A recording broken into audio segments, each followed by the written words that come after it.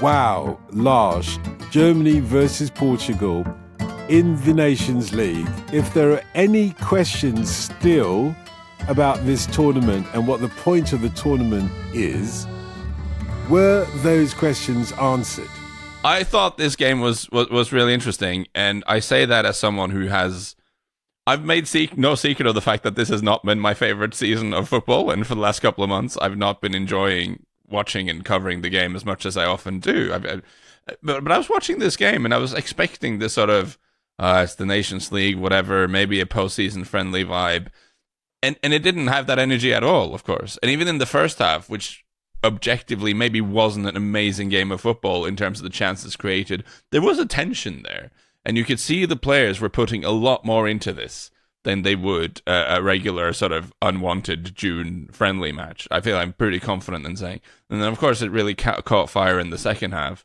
But if we're asking the question, the Nations League, what is it good for? Okay, the public perception is something you can discuss, whether people actually care about it or not. I think the players care. I think it looked an awful lot to me like the players cared. It did absolutely not have the feeling of an uninteresting sort of a June friendly, and I rather enjoyed it. Yeah, it feels like a proper international tournament now. And I guess this is the beauty of when you get to the Final Four, I suppose, and the format itself, in that these are big international teams coming up against each other. And Germany-Portugal has got a particular flavour to it as well, because Portugal never beat Germany. And so Germany are still trying to, I think, continue the upward turn in feeling that they've had since Euro 2024, because even if they didn't win it or even get into the last four, they produced the performance they needed to. So they excited the public with their football, and they rekindled a relationship with the general public, which hadn't really been there between the Germany national team and the fans for quite a while.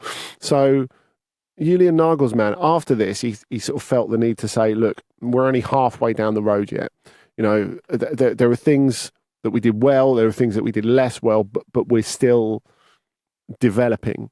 But clearly, this meant a lot. I thought it was a great atmosphere as well. And lots of travelling Portugal fans. And for them, it was a massive deal because, like we said, 25 years since Germany had last beaten Portugal. And we keep talking about Cristiano's longevity.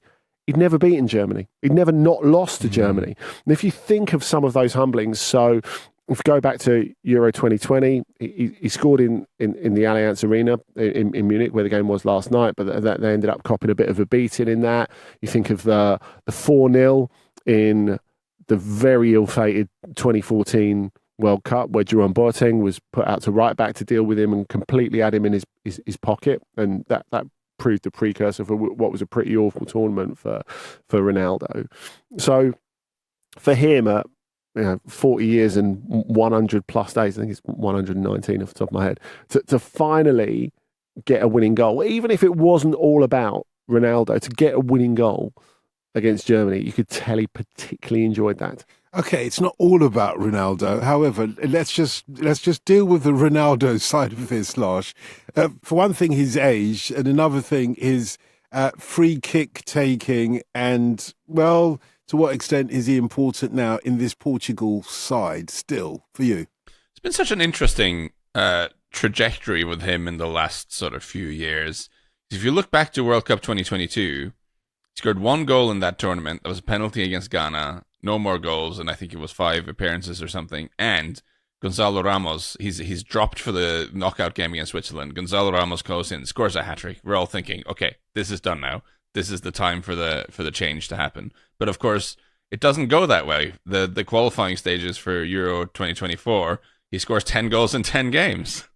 And of course, they were in a group with Liechtenstein, Luxembourg, and Bosnia and Iceland, but 10 goals in 10 games at international level is kind of hard to ignore. So you go into the Euros last summer with him back in the team, back at the main man, as the main man, and he scores no goals in 5 games and is an obvious liability in that tournament. Like, it clearly was hurting the team, his presence and the fact that he can't do a lot of work off the ball and all this sort of stuff that we've already discussed to death. So where does that leave us? Is this another chance to get the succession plan rolling? And it kind of doesn't, because now in the Nations League he scored 5 games in 5, and in the Nations League proper that was against Croatia, Scotland, and Poland. So significant, notable opponent, more so than Liechtenstein. And now scored against Denmark and scores against Germany. And I do think that feeds into what I was saying about the energy of this game. He looked to me like a guy who had come from Saudi Arabia with a point to prove here. He was aggressive. He looked in good physical nick. I suspect if you compare, I don't know about the stats and things, but if you did a player cam of Cristiano Ronaldo last night and compared it to him at the Euros last summer, I think he looked a lot better physically. He looked more at it. He looked quicker. And it's possible, as much as Saudi Arabia is kind of a retirement league where I don't think anything that happens in domestic Saudi Arabian football is particularly important or relevant, it could be the case that for some of these older players, it does allow them to keep playing matches whilst not completely overexerting themselves physically, so that when they get to the summer tournaments, be it the Nations League or more importantly the World Cup next summer, they have a little bit more gas in the tank. Because I have to say, as a huge Cristiano Ronaldo skeptic on many levels, I still profoundly think that if they just dumped him and played Gonzalo Ramos up front in every game, I think Portugal would be a better team. Having said that, I have to say he looked better yesterday than he has done in the past for Portugal, and he looked like a guy who can make a contribution. There are two elements to this, really, aren't there, Lars? Because I think on one hand you look at his Vettel, and on the other hand you look at what has been Portugal's focus really for the best part of 10 years now. Who do you put around him to save him doing the running so that he can just be the finisher in the penalty box? And I think a lot of that Roberto Martínez got right. I thought that the team that he initially picked, I had my doubts about it, mainly because you have João Neves, who's just been one of the best players in the Champions League final in midfield, and they stick him at right back. And I thought it was really interesting what he said afterwards, Martinez, when his substitutions changed the game. They're the thing that really swing it in Portugal's favour. And he said when he was talking about it afterwards, it's not just about the players that start the game. He said, especially at this point in the season, I had in mind the plan we would have to finish the game well. And I think you can see that, and that worked really, really well.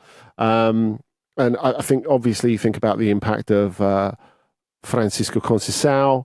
When Vitinha comes on, and again, played an awful lot of football this season, when you bring him on for the last half hour, or last half hour and change, all of a sudden, they've got control of the game, and particularly when they get themselves in front, Portugal.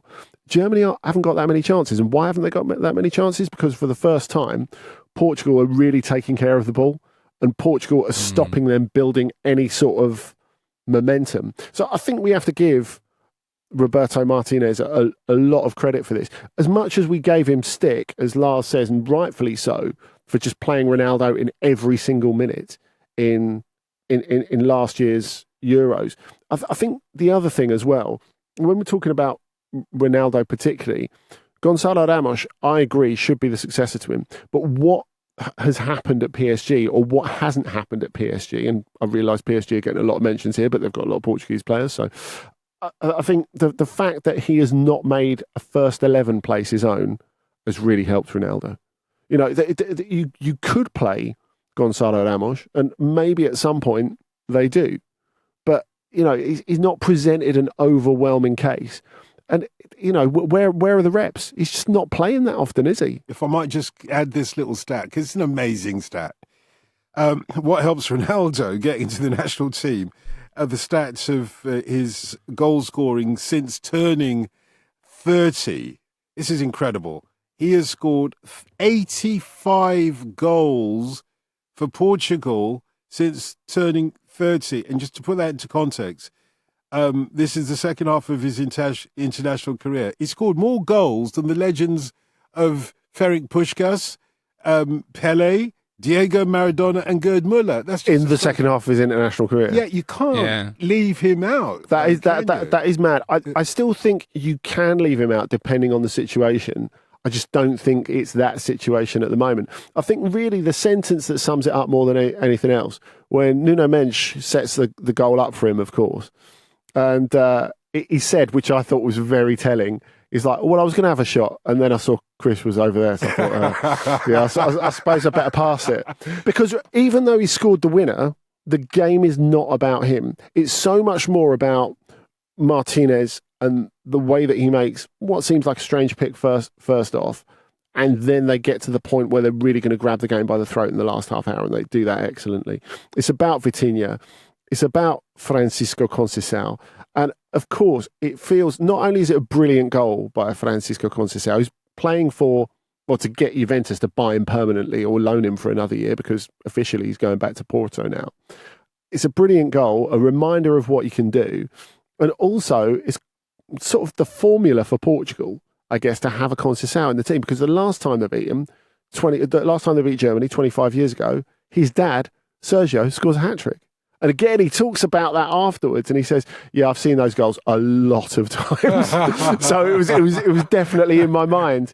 But I think Conceição is a really interesting one. Francisco Conceição, fourth of Sergio's 5 children, and when he's on it, he looks like the sky's the absolute limit for him. He's got way more ability than his dad did. Now, obviously, what Sergio had is ultimate stick ability.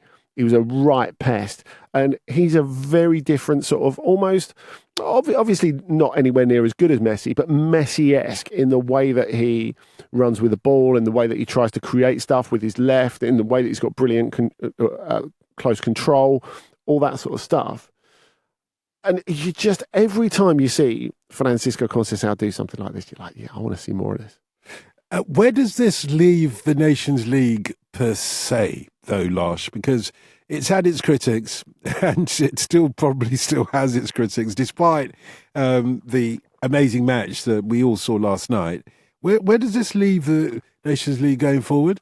Well, for me, the proof is in the pudding a little bit, in the sense that yesterday we saw a game that the players were very clearly taking seriously. And that is one of the big things the Nations League was meant to do. It was meant to give you more international games where there's something on it.